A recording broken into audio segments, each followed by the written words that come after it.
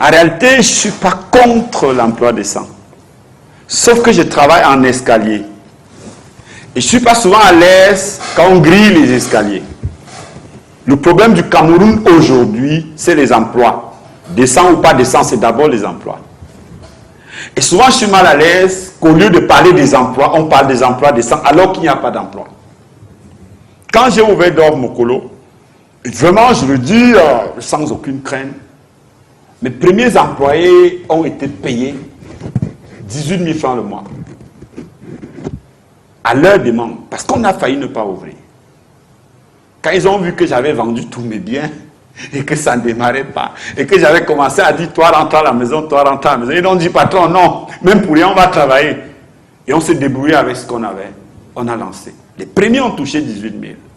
Aujourd'hui, ces gens-là sont dans le capital. Tous sont entrés dans le capital de Dor. Tous. Tous ceux qui sont restés jusqu'aujourd'hui sont devenus actionnaires. Parce qu'ils ont accepté au début de le faire. Ils sont aujourd'hui des gens très respectés. Aucun de ces employés ne vit dehors. Tous sont logés, véhiculés, mariés. Tous.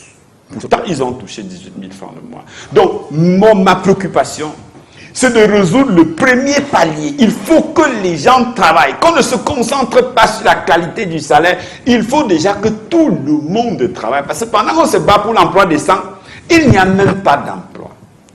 Et si on le fait, on va libérer les énergies.